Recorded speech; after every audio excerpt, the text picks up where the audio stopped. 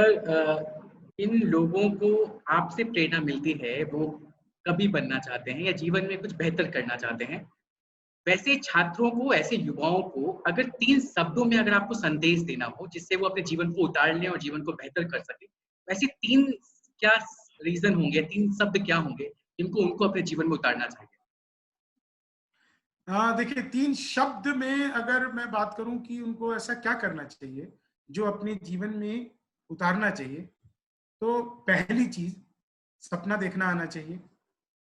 दूसरी चीज उसे पूरा करने के लिए वो सब कुछ करना चाहिए जो आपको करना है। और तीसरी, अपने आप का जजमेंट, अपने आप को यह पाना कि आप कहाँ पर हैं, किस जगह पर हैं। मतलब ये कुल मिलाकर के स्वाध्याय, अपना अध्ययन, और फिर उसके बाद अपने सपने को पूरा करना। अगर आप सपना नहीं देखेंगे ना, तो वो पूरा नहीं हो सकता। उसके बिना, जैसे एक गीत है कि एक दिन आप यूं हमसे मिल जाएंगे, फूल ही फूल बाहों में खिल जाएंगे, मैंने सोचा ना था। नहीं, ऐसा नहीं है, मैंने सोचा था। ये सारी दुनिया थॉट्स का मेटेरियलाइजेशन है। मैंने ये सोचा था, इसलिए आप मिले। सर, आपने अब बहुत अच्छे शब्दों में इसको जकड़ दिया है और बोला है कि सपना देखना बहुत ज़रूरी है। मेरा ये सवाल है कि जो बच्चे सपना देखते हैं और वो पूरा नहीं कर पाते, प्रेशर बहुत क्रिएट होता है उनके जीवन में और वो नेगेटिव सोचते हैं। तो वैसे में वैसे लोग सकारात्मक सोच कैसे ला सकते हैं और अपने जीवन को बेहतर बना सकते आपके पास अभी कोई क्वाइन है? हैं? फाइन? हाँ, क्वाइन नहीं। अभी नहीं है। तो चलिए ऐसी मान लेते हैं कि एक क्वाइन है। अच्छा, कॉइन और की मैंने बात आप, हो रही है, कॉइन नहीं है। हाँ, क्वाइन क्वाइन। मैंने वाइन सुन लिया। आपने क्या वाइन सुन लिया था क्या?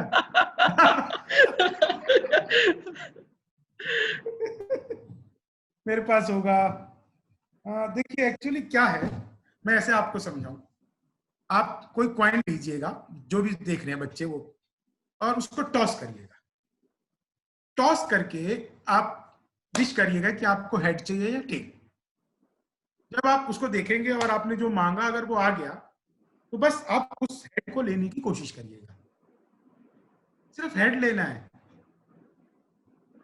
नहीं, आप नहीं कर पाएंगे, क्योंकि जब आप हेड उठाएंगे तो टेल उसके पीछे चिपका हुआ है। अपोजिट वैल्यूज आर कॉम्प्लीमेंट्री, वो आता ही है।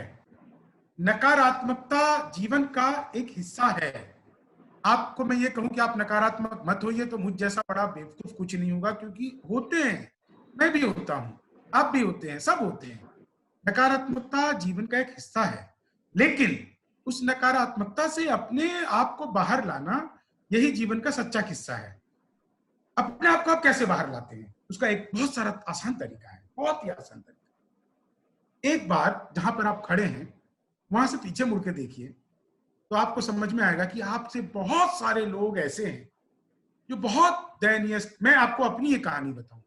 मैं इस लॉकडाउन में फ्रोजन शोल्डर हो गया था मुझे, मतलब मेरा कंधा अकड़ गया था, और मैं डॉक्टर के पास भी नहीं जा सकता था। नेट पर मैंने बहुत सारे वो देख लिए वीडियोस कि कैसे उसको ठीक करते हैं, कौन सी एक्सरसाइज करनी चाहिए, क्या करना चाहिए, लेकिन कोई असर नहीं होता था। फिर जब ये अनलॉक हुआ शुरू, तो मैंने एक फिजियोथेरेपिस्ट से बात की। मैं फिजियोथेरेपिस्ट के पास जाने लगा। मुझे बहुत दर्द रहता था। एक दिन रास्ते में मुझे कुछ सामान खरीदने के लिए एक दुकान पे मैं रुका, तो मैंने देखा कि वो जो दुकान बैठा हुआ था, उसका एक हाथ नहीं था। एक ही हाथ से वो दुकान पे बैठा हुआ था और वहां से वो सामान बेच रहा था। इस घटना ने मेरे हाथ के दर्द को आधा कर दिया। मुझे लगा कि मुझे तो सिर्फ दर्द है, मेरा हाथ काम कर रहा है और दर्द है और जकड़ा हुआ है, चला जाएगा, मैं दवाइयां खाऊंगा, एक्सरसाइज करूंगा, चला जाएगा। लेकिन इस आदमी के पास तो वो भी नहीं है, फिर भी ये कितना अपना काम कर रहा है। कभी भी जीवन में नकारात्मकता है, अपने से नीचे वाले लोगों को लोग हमेशा कहते हैं कि आप उसको देखिए। और सबसे बड़ी बात, इस जीवन में जो कुछ भी है वो तब तक है जब तक आप हैं। यह सारी सृष्टि आपके लिए बनी है, यह सारा वैभव आपके लिए बना है। आप नहीं है, कुछ भी नहीं है। पैसा माध्यम हो सकता है, खुशी नहीं हो सकती। खुशी खरीदने का माध्यम हो सकता है, सफलता माध्यम हो सकता है, खुशी नहीं हो सकती।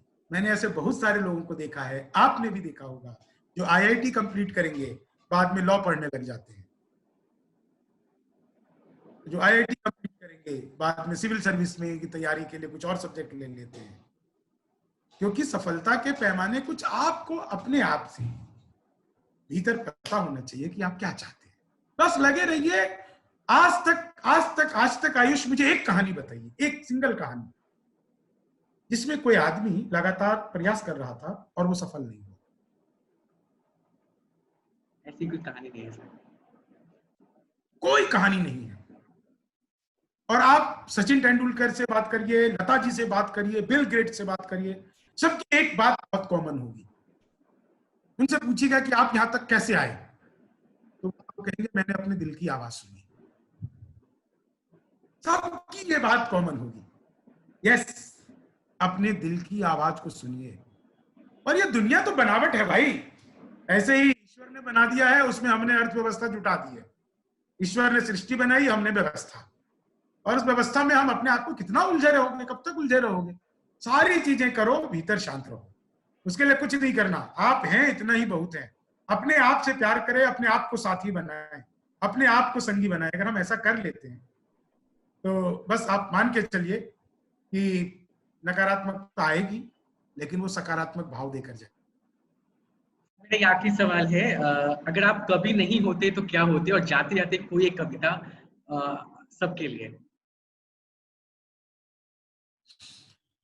हाँ हाँ, अगर मैं कभी नहीं होता तो मैं एक बहुत अच्छा टीचर होता। अभी भी लग रहा है सर, आपने बहुत कुछ बता दिया है बहुत सारी चीजों से। आयुष देखिए, एक्चुअली मैंने कभी नहीं पढ़ाई बहुत सारे टॉपिक्स, जैसे मैं आर्ट साइंस का स्टूडेंट रहा, ह्यूमैनिटी का स्टूडेंट रहा, बट मैं क्वांटम फिजिक्स भी पढ़ा सकता हूं अगर कोई पढ़ना चाहे। तो चीजों के भीतर घुस जाना, उसके एकदम बारीक से बारीक, जिसे कहते हैं ना कि डीएनए लेवल पर आप जैसे हैं, उसमें अगर मुझे 100% बदलना हो तो ऐसा नहीं है कि मुझे आपके पूरे स्ट्रक्चर को चेंज करना पड़ेगा। सिर्फ डीएनए लेवल पर कुछ छोटा सा चेंज आ जाए, आप पूरा बदल जाएंगे। मतलब जानते हैं क्या है? क्या है जीवन सर? का एक छोटा सा, हम सोचते हैं ना, कहते हैं ना कि अपने अंदर परिवर्तन लाओ, छोटे छोटे चेंजेस लाओ। चेंज लाने की जरूरत नहीं है। एक छोटा सा चेंज आपको पूरा का पूरा बदल सकता है, 100% बदल सकता है। डीएनए से छोटा क्या होगा?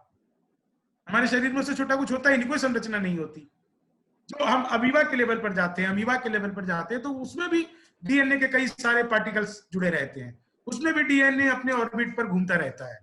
तो उसमें देखिए, एक जो नए लोग आना चाहते हैं, खासकर कविताओं के क्षेत्र में, उन्हें खूब सारी कविताएं पढ़नी चाहिए।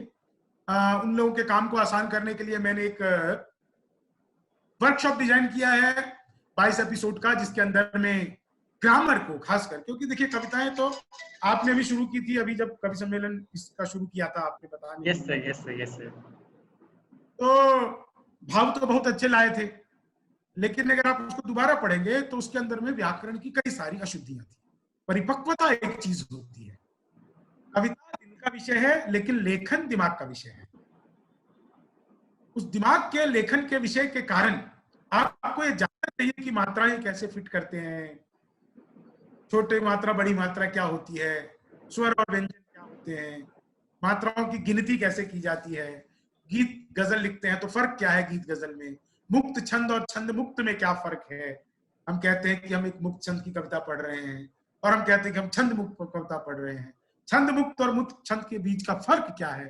तो यह सब कुछ 22 एपिसोड्स में मैंने बना करके तैयार किया है। और मेरे पेज पर, शंभू शिखर फेसबुक पेज पर आपको कल, मतलब मिल गया होगा, अब तो आपको मिल रहा होगा, तो शंभू शिखर पेज पर आपको मिल जाएगा, बहुत आराम से उसका लिंक मिल जाएगा, उसको आप सब्सक्राइब कर लीजिए। और आपको बहुत बारीकी से, एकदम ग्रामर के टीचर की तरह, प्राइमरी के टीचर की तरह, आ ई के लेवल पर उसको सिखाया गया है, बताया गया है। और दूसरा मैं सजेशन ये दूंगा कि खूब लिखिए, धड़ल्ले से लिखिए, इतना लिखिए कि बस लिखते ही चले जाइए। जितना ज्यादा लिखेंगे उतना ज्यादा मजेंगे। और हाँ, बिल्कुल दिमाग में मत लाइए कि आपके पास बहुत सारे शब्द होने चाहिए। आम बोलचाल की भाषा में कहे गए शब्द सबसे बेहतरीन कविता होती है। तो आम बोलचाल में आइए, और अगर मेरी कविता जो मुझे सर्वाधिक पसंद है, जो मैंने लिखी है, तो वो मैं आपको एक छंद जो मुझे बहुत पसंद है। मित्र मिले हम चार, एक बोला सुन यार, जोश के बिना तो ये जवानी सुनी सुनी है। दूजा बोला जोश से ही काम चलता नहीं है, हौसला जो ना हो तो रवानी सुनी सुनी है। तीजा बोला मैं तो बस एक बात मानता हूँ, प्यार के बिना सभी कहानी सुनी सुनी है।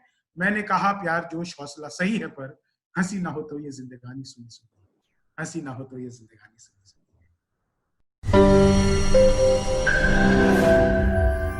सर, ये रैपिड फायर राउंड है, 4 सवाल पूछूंगा और आपको मेरे सवालों को किसी गाने के बोल पे गा के बताना है। पहला है कि अगर आपको शंभू शेखर जी को किसी गाने के बोल पे बैठाना हो, तो कौन सा गाना होगा? आपके नाम को, आपको खुद को किसी गाने के बोल पे, तो कौन सा गाना होगा वो सर? चांद आहे भरेगा, फूल दिल थाम लेंगे, हुस्न की बात चली तो सब तेरा नाम लेंगे। दरअसल आयुष ऐसा है कि आप गोरे हैं, काले हैं, देखने में आकर्षक हैं, आकर्षक नहीं है, यह सब तो दुनिया के पैरामीटर्स हैं। ईश्वर ने तो सबको बिल्कुल ऐसा बनाया है अपने हाथों से। और मैं तो खुद आप पे ना, वो गाना है ना शीला की जवानी, यस सर। हौले हौले लगाऊं, अपने आप को मैं अपडेट करता रहूं। तो मुझे ऐसा लगता है कि मैं जैसा हूं, yes I am the best. चांद आहे भरेगा, आंख नाजुक सी कलियां, बोल मिश्री की डलियां, होठ गंगा के साहिल, जुल्फ जन्नत की गलियां, तेरी खातिर फरिश्ते सर पे इल्जाम लेंगे, हुस्न की बात चली तो सब तेरा नाम लेंगे। तो मैंने बहुत सारे कवि सम्मेलन में देखा है कि आप पहले खुद का मजाक उड़ाते हैं और अपने रंग की बात करते हैं। तो ये लगता है कि आपको रंग, भारत में बहुत सारे भेदभाव हैं जो काला गोरा और गोरा काले में होता है, खास करके जब गर्लफ्रेंड बनानी हो तो। हाँ देखिए, हम अगर अगर ना हम सच्चाई पे बात करें तो ऐसा है। हाँ।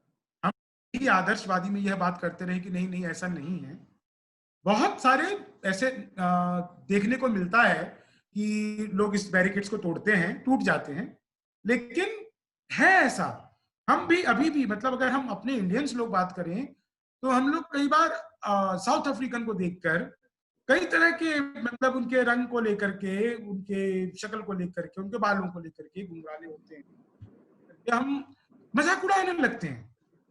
और हम कहते हैं कि आ, नहीं, ये तो हम रंग भेदी नहीं है, नस्ल भेदी नहीं है। नहीं, ऐसा है, समाज में ये चीजें हैं। अगर ये चीजें नहीं होती तो आप सोचिए कि कोई कंपनी पिछले 40 सालों से आपको गोरा होने की क्रीम बेच रही है यस सर। और आप खरीद रहे हैं। समाज में है ये। और ये एक चीज और आपको बताऊं, एक अध्ययन आया था पिछले दिनों, जो बच्चे क्यूट कहते हैं ना, जिसको आजकल हम लोग क्यूट बच्चा है, टेडी बियर सा क्यूट बच्चा है, अधिकतर अध्यापक उसके ऊपर ज्यादा ध्यान देते हैं। अच्छा। ये बहुत ये बड़ी सब बात चीजें बोली हैं।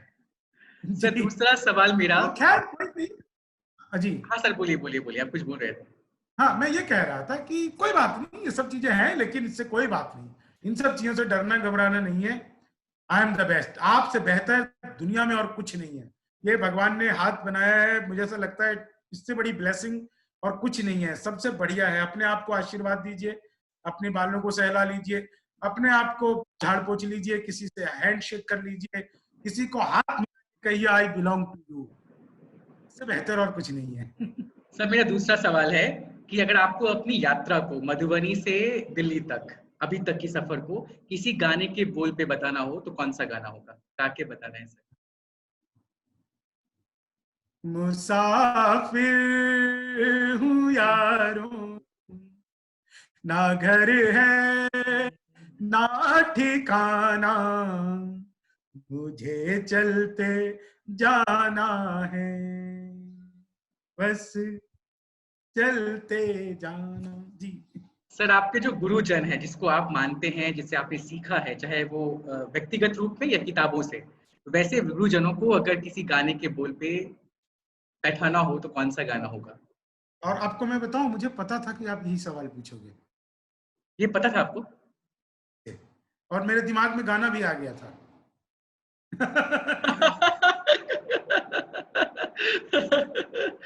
और मैं इसमें ना 1 मिनट का टाइम लूंगा आपका, हाँ, और आप हाँ। देखना कि मैं कैसे, मतलब इसको मैं अपने गुरु को, अपने जो गुरु हैं उनको कैसे मैं डेडिकेट करता हूँ ये। और पता नहीं कैसे मुझे लगा कि आप ऐसा सवाल पूछोगे और मेरे दिमाग में गाना आ गया था।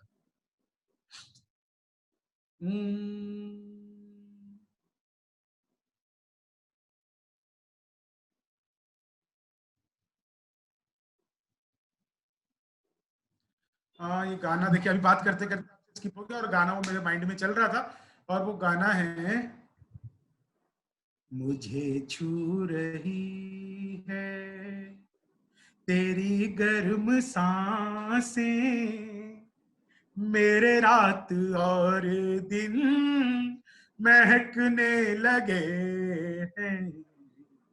जो आपका गुरु है, जो आपका सुपर मास्टर है, जो आपका सुपर सोल है, गुरु वही होता है। जो आपका गुरु है आपके इतने करीब है कि आपकी और आपके गुरु की सांसें बिल्कुल एक दूसरे से टकरा रही है, और उससे आपका जीवन जो है ना वो धन्य हो रहा है। मुझे छू रही है। आप सोचिए, आप अपने माता पिता जिसको भी प्यार करते हैं उसके बिल्कुल करीब है, और वो इतने करीब है कि वो आपकी सांसें और उनकी सांसें एक हो रही है। मुझे छू रही है तेरी गर्म सांसें, और उसका प्रभाव क्या पड़ रहा है, मेरे रात और दिन महकने लगे हैं, मुझे छू रहे, मतलब कितनी ब्लेसिंग मिल रही है आपको। Yes sir. जी सर, ये आखिरी सवाल है रैपिड फायर राउंड का, और ये है कि अगर आपके अपने फैंस जो आपको बहुत प्यार करते हैं, आपको सुनते हैं और आपको फॉलो करते हैं, उनको अगर किसी गाने के बोल पे अगर डेडिकेट करना हो तो कौन सा गाना हो जो उनको डेडिकेट करना चाहेंगे? अगर मैं अपने फैंस के लिए कहूं, ओ मेरे दिल के चैन, चैन आए मेरे दिल को दुआ कीजिए, यूं तो अकेला, सारे फैंस के लिए, यूं तो अकेला भी अक्सर गिर के संभल सकता हूं मैं, तुम जो पकड़ लो हाथ मेरा दुनिया बदल सकता हूं, जचता ही नहीं आंखों में कोई, दिल तुम पे ही आए तो क्या कीजिए। एक्चुअली एक फैन के बिना कोई भी कलाकार कुछ नहीं होता, तो जो कुछ भी होता है वो अपने प्रशंसकों की वजह से होता है। बिल्कुल ऐसे ही जैसे लोकतंत्र का राजा अपनी प्रजा के बिना कुछ नहीं होता, जो कुछ भी होता है अपनी प्रजा के कारण होता है। बहुत बहुत धन्यवाद सर। बहुत कम समय में आपने बहुत सारी बातें बता दी हैं, और आपने ये भी एहसास करा कि जीवन में अगर आपको कुछ भी करना है और आप सपने देखने हैं, अगर आप मेहनत करें और प्रयास करते रहें तो आप बहुत आगे जा सकते हैं।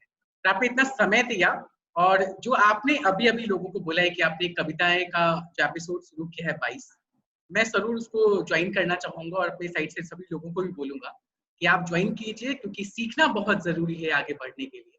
तो खास करके जब शंभू जी सिखा रहे हो तो हम बहुत कुछ सीख सकते हैं। Thank you so much sir, thank किसी यू से सो भी मच। किसी से भी सीखना बहुत जरूरी है। आपका भी बहुत बहुत धन्यवाद आयुष, की आपने इतने अच्छे प्लेटफॉर्म पर, मैंने कहा कि मेरे लिए हर छोटा पुरस्कार भी बहुत बड़ा होता है, इतने बड़े प्लेटफॉर्म पर आपने मुझे मौका दिया। मैं देश के बेस्ट ब्रेन से जुड़ पाया और उन लोगों से बातचीत हो पाई, उन लोगों तक अपनी कुछ बात पहुंचा पाया हूं। और बस चलते चलते आप सबसे इतना भर मैं कहना चाहूंगा कि खुलूस दिल में लबों पर मिठास रहने दो, न खुद रहो न किसी को उदास रहने दो। Thank you so much sir, thank you so much, धन्यवाद। Thank you sir.